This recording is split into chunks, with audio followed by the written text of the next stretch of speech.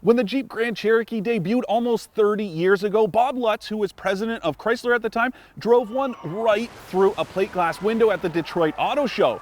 Talk about an entrance. Lutz was also the guy who championed the Dodge Viper, and he's never been afraid to share his opinion about climate change being some sort of hoax. Why am I telling you all of this? Because it seems almost poetic that Jeep has shoehorned the 707 horsepower Hellcat V8 under the hood of the Grand Cherokee all these years later. It's also insanely fun to drive and just a little bit terrifying.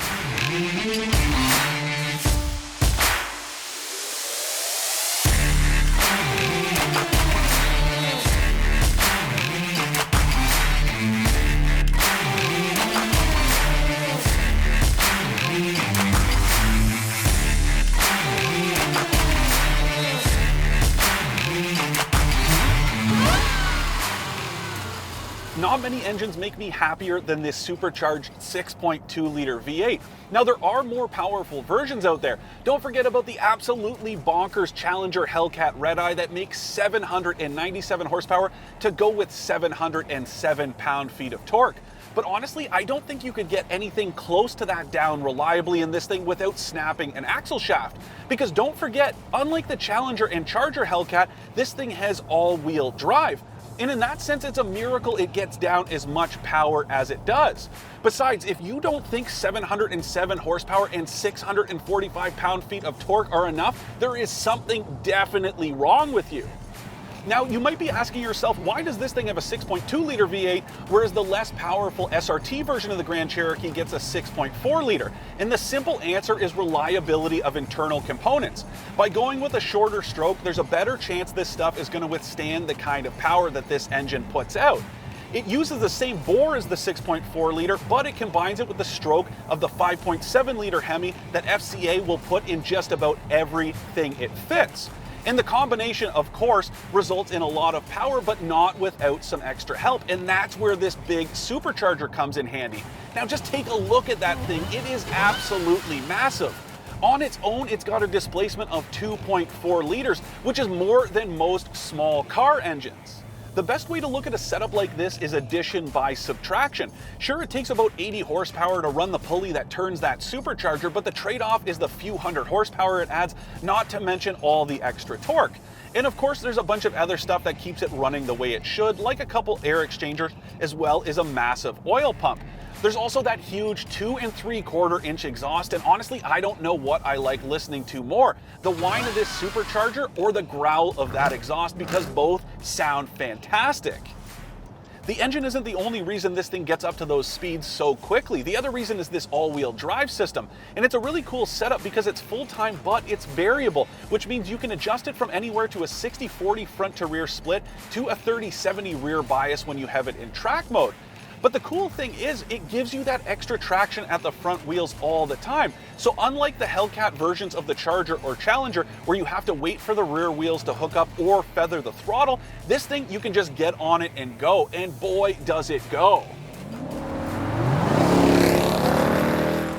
You know that feeling you get when you're in a roller coaster and the shoulder harness straps in?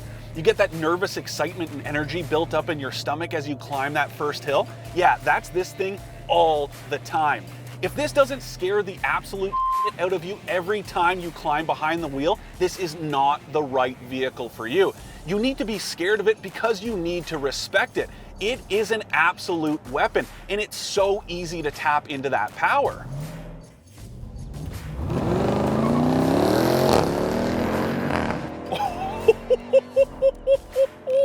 Did you feel those G-forces? What a machine. So what are you going to cross-shop this thing against? Well, it might just surprise you at how long the list actually is, though they all come from premium competitors. There's the RSQ8 and RS6 from Audi, the X5 and X6M from BMW, and the Mercedes-AMG GLE 63. There's also the SVR versions of the Jaguar F-Pace and the Range Rover Sport if you prefer an ale to a Kolsch. But it is cool that there's a lot out there to choose from, and it's also important to keep in mind that this thing is cheaper and it makes more power. The Trackhawk is also one of the very few that uses a supercharger instead of twin turbochargers. Not that there's anything wrong with turbocharging, which is a way more efficient way to make extra power, But the difference is that there's still lag to turbocharging that you can't eliminate altogether. Yes, automakers have done a nice job of getting rid of it to the point where it's almost gone, but you'll never be able to eliminate it completely. And that's where the supercharger comes in. Since this twin screw supercharger is mechanically driven, it's a lot quicker to force all that high pressure air into the combustion chambers. Now, I would normally make a big deal out of a turbocharged engine and when it reaches peak torque, which is usually right around 2,500 RPM in one of those German luxury SUVs, and it'll last all the way until about 4,500 or 5,000 RPM. But before then, there's not a whole lot to work with. And again, that's the difference between a turbo engine and something like this. Because yeah, you don't reach peak torque until 4,800 RPM, but it's really cool how it operates before then because it's almost instantaneous. You get about 400 pound-feet of torque all the way from 1,200 RPM, which is barely above idle in this thing. And it climbs steadily from there all the way up until that peak at 4,800 revs. But the cool thing is it doesn't drop off dramatically from there, and you still get around 600 pound-feet of torque all the way until the 6,200 RPM red line. It's really magical, and it totally changes the way this thing behaves versus a turbo motor. When you think of a throttle pedal, it's kind of like a dimmer switch. When you turn that knob, you control how much light you get and how quickly you get it. But in this Trackhawk, it's more like a conventional light switch, and it's either off or it's on. This 8-speed automatic transmission also does a fantastic job of knowing exactly what you want it to do. Let's say you're out here cruising and you want just a little bit more power. As soon as you tip into the throttle, it'll drop down a cog or two before you even have a chance to think about it. Now, it is a little bit slower to respond to downshifts when you use the paddle on the left side of the steering wheel, but upshifts are really snappy with the paddle on the right side.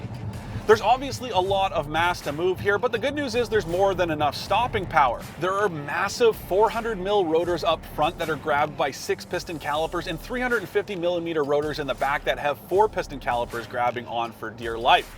But everything else about this thing is about going fast. But hilariously, Jeep says this thing will still tow 7,200 pounds. Now, I personally can't imagine too many people opting for the tow package in their Trackhawk, but if you or anyone you know is doing that, you are an absolute hero. So hit me up on Twitter to tell me what you're pulling with this thing. There is a bunch of other stuff to talk about in here that's performance related, so let's start with this infotainment system. I love that they've given you all these cool SRT apps so you can monitor what's happening in real time on this infotainment screen. There's also a launch mode because obviously, and you can control your drive modes down here on the console with this rotary knob and this custom drive mode button. I really like that you can configure it on the go too. So if you want to adjust things like your suspension, your steering, or your throttle response, you can do it on the fly through the infotainment screen. And then you can quickly set it with these selectors down on the console. It's a really great setup. There's also some other stuff you can keep an eye on up here in the gauge cluster, including a bunch of different temp gauges, as well as some performance stuff like your launch times or your braking distance. I do also really want to point out just how customizable this thing is, and that's one of my favorite parts about the Trackhawk. When you pull up this screen, you can change the custom mode to adjust things like your transmission, your stability control, your all-wheel drive, your steering, or your suspension all through this touchscreen. So if you want to pair the track suspension and all-wheel drive systems with the street steering for some reason, you can do that. Now about that steering, I do wish it had just a little bit more resistance because even in the track mode, there's not a whole lot of heft to it. But the nice thing is it is really responsive, which comes in handy when you're trying to keep this thing moving in a straight line off a launch. It is interesting just how different these adaptive dampers are from the steering setup because these are firm no matter what mode you have them in. And that's not necessarily a knock against the steering setup, it's just something to point out. Kind of reminds me of those old Reebok pump shoes, you know, where you're just kind of pumping more air so it grabs your ankle a little bit tighter. That's the case here, and it's more that you're cranking up the rebound rate than you're making them firmer overall. So you do get a little bit of cushiness when you hit a bump. It's just that the vehicle doesn't spring back the way it would in something with a softer suspension. Also, don't forget these 295 section width tires are pretty thin, so you will feel just about every bump and crack in the road. And if you want something stickier out of the factory, you can opt for Pirelli P0s instead of these all-season tires. Now, without pitting them head to head on a racetrack, it's safe to say that any of those German sport luxury SUVs are going to perform just a little bit better, but I don't think that's the point of this thing. I really do think this thing's meant to scare the out of you and your passengers at a moment's notice. So in that way, it's perfectly fine, and I don't think a lot of people are going to complain about how this thing handles. And let's be honest with each other, I think you know as well as FCA does that nobody's taking this thing on a racetrack. A drag strip maybe, but a track, I don't think so. And that's why it allows them to be just a little bit more out there with how this thing controls. Again, it's about just being wild when you get your foot into that right pedal. If the BMW X5M is like cutting through drywall with a reciprocating saw, then this thing is like hitting it with a 20-pound sledgehammer. Both will get the job done. This one just doesn't have the same kind of precision, but that is totally fine. That doesn't mean this is some sort of untamable beast though, and it's actually pretty agreeable even when you're pushing it. And again, the nice thing about having that four-wheel traction is that the rear end won't kick out on you the way it will in the rear-wheel drive Challenger or Charger. That's a big hang-up with those things, and I'd even go out on a limb and say that if you've got a Hellcat-powered vehicle on your shopping list, this is the one to buy based on thrills and controllability alone. For the average person, this is the perfect vehicle, and don't forget there's more than enough room for a family of 4 in here. Really, I think the biggest hang-up for the Trackhawk is going to come down to price, and for at least a couple of different reasons. Let's take a look at this one I'm driving. Forget all the extras for a second. It still starts at north of 100 grand. Line it up next to a Charger Hellcat and you're going to pay at least 25,000 bucks more, which is the most obvious comparison because that one's a sedan and it only comes with an automatic like this one does. That's a lot of money and it's hard to justify, especially because you're not getting much more out of this cabin. And then that comes to the comparison with those SUVs I mentioned earlier. If you look at them, yeah, they do cost a little bit more, but they feel way more modern and have way more amenities than this thing does. When you get behind the wheel of this thing, it feels like it's about 10 years old, and that's because it is. A lot of the stuff in here is outdated aside from this infotainment system, and FCA hasn't done a whole lot to change that fact. Just take a look at these seats. They'll remind you of your grandfather's favorite armchair. They're pretty bland and boring, and there's not a whole lot of contouring to them. I just like something a little bit more flashy. Even with this upgraded leather package, there's not a whole lot about them that makes them sexy or all that comfortable. They also don't keep you from sliding around, so that's a problem too. If this thing truly is a super sport utility, I'd want something that's going to keep me firm and planted in the seat when I'm tossing it into a corner or blasting down a country road. I know you're not necessarily buying one of these things for the styling or the amenities, but you do have to ask yourself, does this meet your expectations of a six-figure SUV? To recap, I like how outrageous the Trackhawk is and the fact it's got room for a whole family and it can still tow like a conventional Grand Cherokee. I don't like how outdated it is inside, how much more expensive it is than a Hellcat-powered car, or how far it lags luxurious rivals when it comes to amenities. In a big way, this Trackhawk feels like it's fulfilling a 30-year-old destiny.